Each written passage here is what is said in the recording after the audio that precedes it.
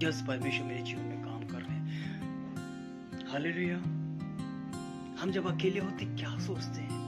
हम अपने आप को जांचे।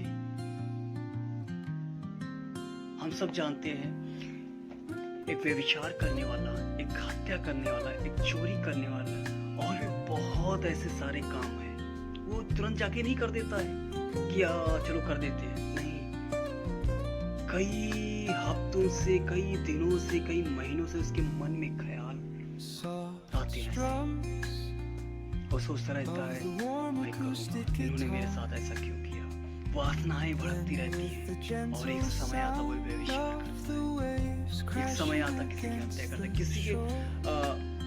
किसी ने किसी की हत्या की। ऐसे नहीं जाके तुरंत कर दिया, उसके पहले, सबसे पहले उसके मन में विचार आए, गंदे ख्याल आए कि मैं उसको मारूंगा, मैं उसको मारूंगा। एक समय आएगा, धीरे धीरे वो बढ़ता गया, क्योंकि वो अपने आप को कंट्रोल नहीं कर पाया, शुद्ध नहीं कर पाया, क्योंकि उसके मन में बहुत सारी चीजें भरी हुई थी। और एक समय आया किसी की हत्या कर दी। इसलिए यीशु मसीह कह रहे हैं, अपने मन को शुद्ध करो, क्योंकि जो कुछ तुम करते हो सबसे पहले तुम्हारे मन में आता है। जब हमारा मन शुद्ध होगा, अब जैसे कि किसी ने हमारे विरोध में कुछ कर दिया, हम तुरंत वहाँ अपने मन को फेलेंगे, कोई बात नहीं, इन्होंने किया, कोई दिक्कत नहीं। हम अपने मन को फेलेंगे। कुछ भी कड़वाहट आना चाहे कि मैं यीशु के नाम में डांट दूंगा कि नहीं, वो मेरी बहन है, वो मेरी भाई है, वो मेरी आंटी अंकल है, वो मेरी मम्मी पापा है, कुछ नहीं होगा। आगे हम कोई भी काम नहीं करेंगे, कोई भी उसके साथ गलत कदम नहीं उठाएंगे और ना मन में ख्याल आने देंगे।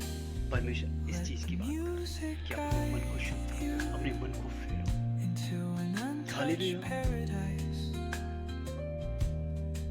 क्या हम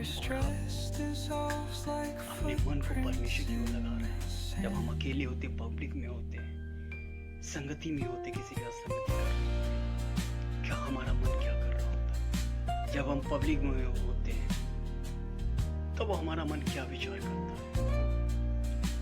हालेलुया।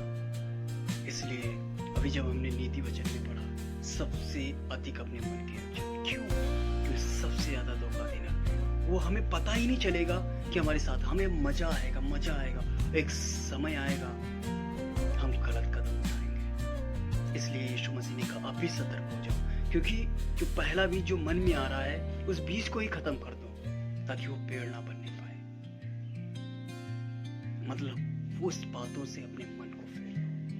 हालेलुया। इसलिए यीशु मसीह ने कहा, धन्य वे जिनके मन शुद्ध हैं, क्योंकि वो परमेश्वर को देखेंगे। परमेश्वर को देखने का मतलब उसकी उपस्थिति को अपने